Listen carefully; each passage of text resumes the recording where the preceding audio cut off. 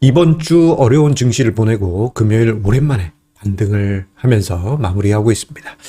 자, 오늘 주식 시장을 보면서요, 많은 개인 투자자분들의 반응이 엇갈리고 있어요. 어떤 분들은 공포감에 휩싸여서 도망가겠다 하신 분들도 상당수 있지만, 은근히, 이렇게 접근하시는 분들도 많이 계십니다. 지금 주식 시장의 하락, 어떻게 보면은 극단적인 패닉 상태이기 때문에 역발상적으로 저가 매수해야 된다, 이렇게 생각하시는 분들도 많이 계십니다. 어떤 방식이든, 정답은 아무도 알 수 없죠.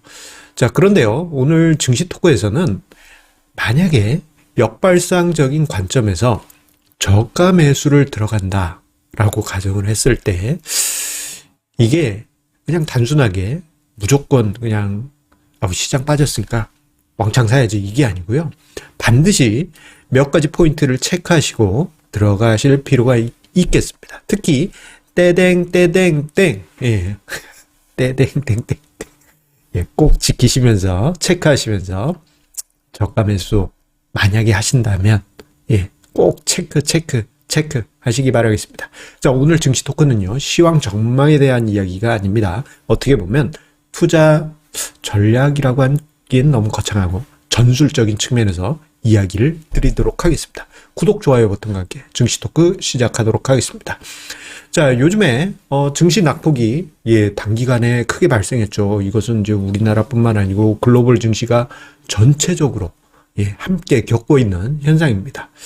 자, 그러다 보니 주식 시장이 이 정도 빠졌으니까 한번 큰 자금을 짜란 해가지고 이때 딱 사면 반등이 나올 때 좋지 않겠느냐. 그렇게 이제 계획을 하신 분들이 늘어나는 것 같습니다. 낙폭이 과대할 때 저가 매수 쫙, 어떻게 보면 내가 딱 산 시점이 진짜 바닥이면 그 진짜 짜릿짜릿하죠. 마치 이제 낚시 좋아하시는 분들은 손맛으로 표현하실 수도 있을 거고, 그게 아니더라도요, 내가 엄청난 자금을 저가 매수에 집행했는데, 그날, 그리고 내가 매수한 그 시점이 최저점이다. 그러면 진짜 짜릿짜릿할 겁니다.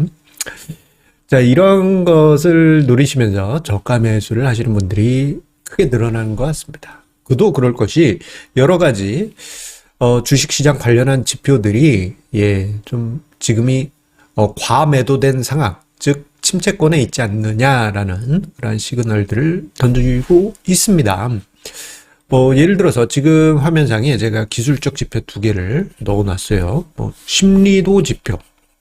심리도 지표는 이제 10거래일 동안에 상승한 일수의 비율을 의미해요. 요게 한 20 언더로 내려가면 여기 이제 파란색으로 이렇게 빗금이 쳐집니다. 침체권 들어왔어요. 그런 의미예요. 자, 그리고 스토캐스틱 지표도 마찬가지예요. 20 언더로 내려오면 이렇게 파란색으로 반전을 하면서 침체권, 과매도된 상황으로 들어왔어요. 그런 시그널들이 뜨죠. 이런 기술적 지표뿐만 아니고요. 달러 환율도 보게 되면 1200원 이상에서는 바닥권역을 만든 그러한 역사들이 많기 때문에 요즘 이제 시장이 낙폭 과대하게 발생하는 이러한 모습이 저가 매수의 기회가 아니냐, 그렇게 생각하시는 분들도 은근히 늘고 있습니다. 이뿐만 아니죠. 미국의 이제 CNN에서 발표하는 지표가 있습니다. 공포 탐욕 지수, Fear and Greed Index라고 있는데, 요 지표가 어제 기준으로 해서 6입니다. 이거, 과매도된 상황.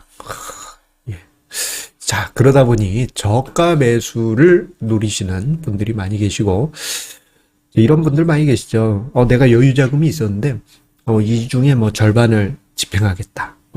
내가 여유 자금이 있었는데, 이번에 그냥, 혹은, 지금 이게 기회다. 여기저기서 빚 끌어와서 한 방에 빡 해가지고 빡 하겠다. 그렇게 이제 생각하시는 분들이 많이 계신 것 같습니다. 자, 그런데요, 저가 매수, 나쁜 건 아닙니다만, 좀 무리하게, 이런 이제 낙폭과대를 노린 저가 매수는 오히려 독이 될 수도 있습니다. 이 이야기를 드리기 위해서 20년 전 이야기를 좀 꺼내려고 해요. 20여 년 전, 20년 전, 20여 년 전으로 하겠습니다. 20여 년 전에 어떤 일이 있었냐면은, 이때 당시 이제, 지금의 SK 하이닉스가 옛날에는 그냥 하이닉스였습니다. 예, 000, 그땐 코드 번호도 000660도 아니고 00660. 코드 앞에 A자가 꼭 붙었어요. 예, 그랬던 시절이 있습니다. 자, 그 시절 때 제가 그 증권사, 디모 증권사의, 예, HTS, 예, 차트 프로젝트에 참여했어요. 이제 개발이 다 끝나고, 우리 하드 테스팅 해야 됩니다. 라고 하시길래, 이거 어떻게 하죠? 장중에 하나요? 뭐 장중에도 하고요. 한밤중에 이제 쌓아놨던 데이터를 쏴가지고 하기도 했는데, 그 하드 테스트를 하기 위한 데이터가 바로 하이닉스였어요.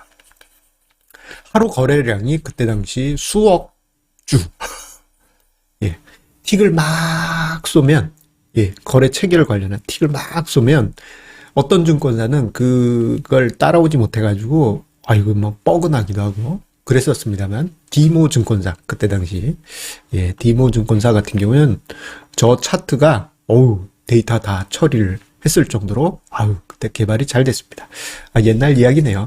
자, 그런데 제가 그 얘기를 드리려고 한 것은 아니고요. 그때 당시 하이닉스를 보게 되면, 그때 당시입니다. SK 하이닉스인데 왜 하이닉스라고 그래요? 라고 생각하지 마시고, 20년 전. 20 years ago. 오래됐습니다. 자, 하이닉스의 주가가, 예, 2000년 IT 버블을 거치면서 2001년부터 해서는 5,000원 미만으로 내려갑니다. 지금 차트 봤더니 수십만 원인데요? 여기 하나 이야기 드릴게요. 여러분들 보통 보시는 차트는 이제 수정 주가라고 해요. 뭐, 액면 분할이나 감자 사태, 그리고 무상증자 등등 비율이 깨지면 그걸 다 보정을 합니다. 그래서 20년 동안 그 보정된 게 수십만 원인 거고, 그때 당시 주가는, 예, 2001년 당시 5,000원 미만으로 내려옵니다. 그러면서 개인 투자자분들한테 만만한 주식이 되고 말았어요. 심지어는 2002년에는 몇백 원 단위로 내려갑니다. 자, 이 과정에서 어떤 일이 있었냐? 정말 많은 개인 투자자분들께서, 예, 가격이 만만해졌잖아요. 애들 껌값이네, 하면서, 예, 그냥 짤짤이 하듯이 투자들을 많이 하셨어요. 자, 이 시기 때, 제 지인 몇 명이, 이제 각자 투자하시는, 서로 모르는 사람이에요. 저만 아는 이제 지인들이죠.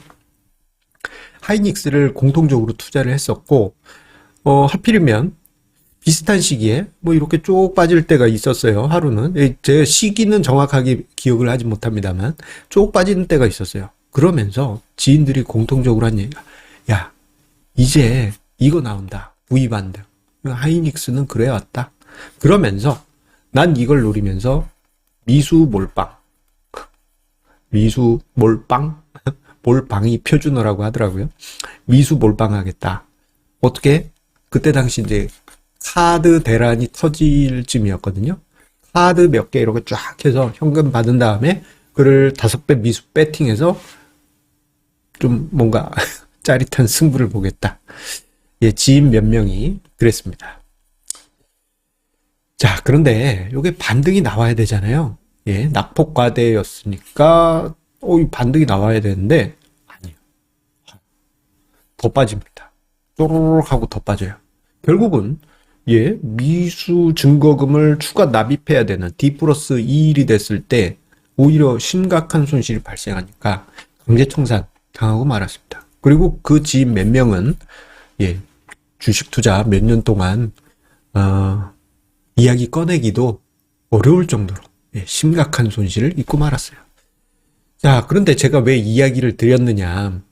낙폭이 과대하다고 해서 야, 역발상이다 하면서 무리하게 자신의 어떤 한도를 넘어가면서 무리하게 저가 매수를 했을 경우 이게 정말 원치 않은 상황이 발생할 수 있다는 점이에요.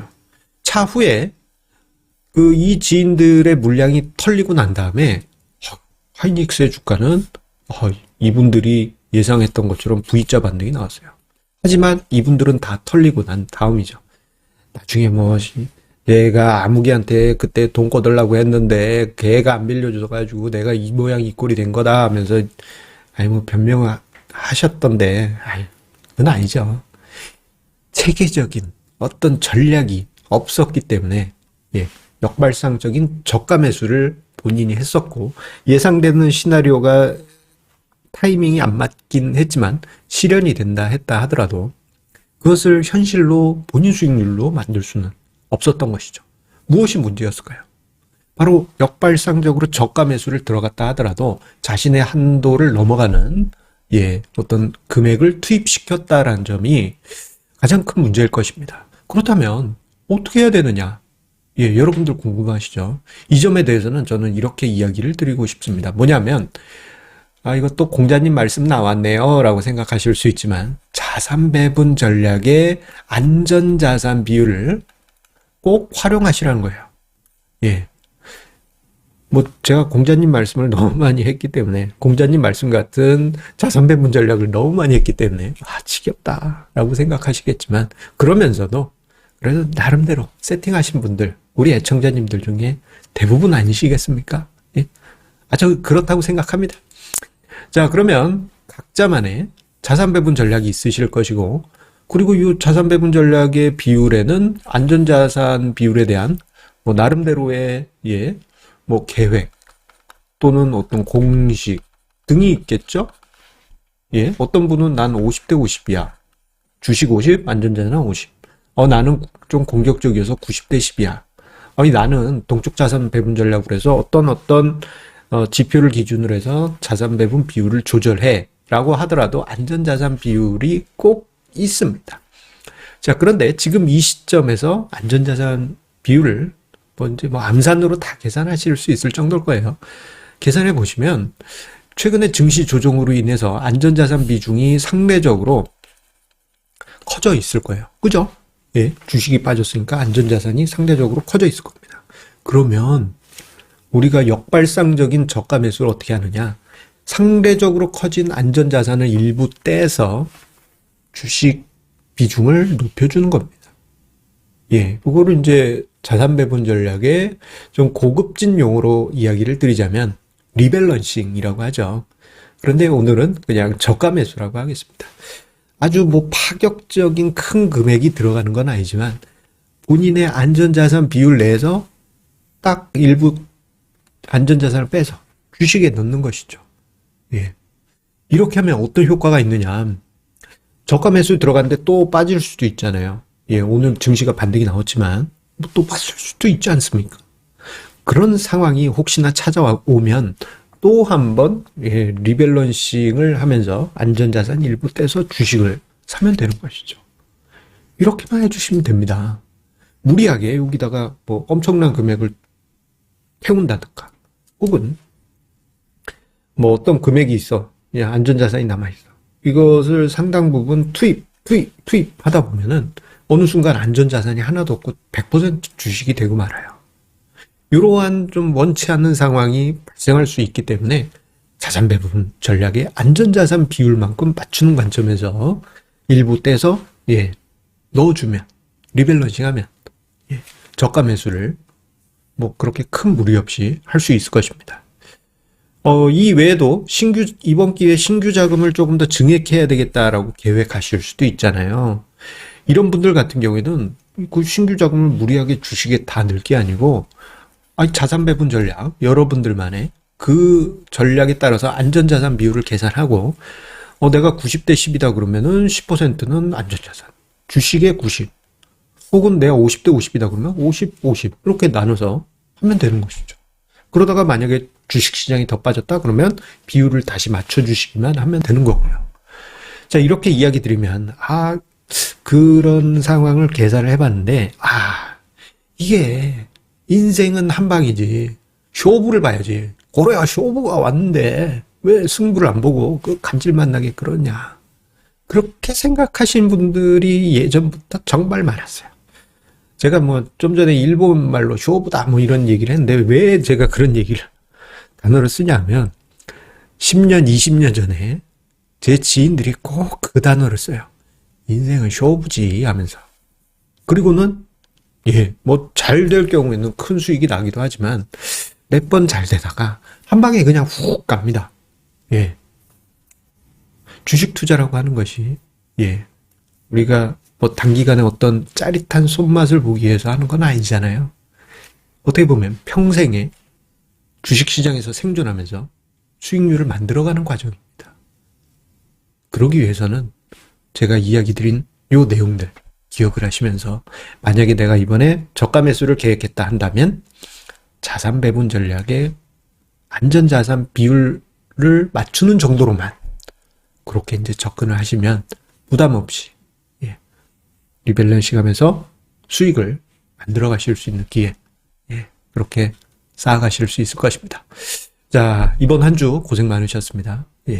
여러분들 다시 찾아온 금요일 기분 좋은 편안한 금요일과 불금 맛있는 저녁 드시고 그리고 주말에 편안한 시간 보내시기 바라겠습니다. 그럼 다음 주에 다시 만나요. 감사합니다.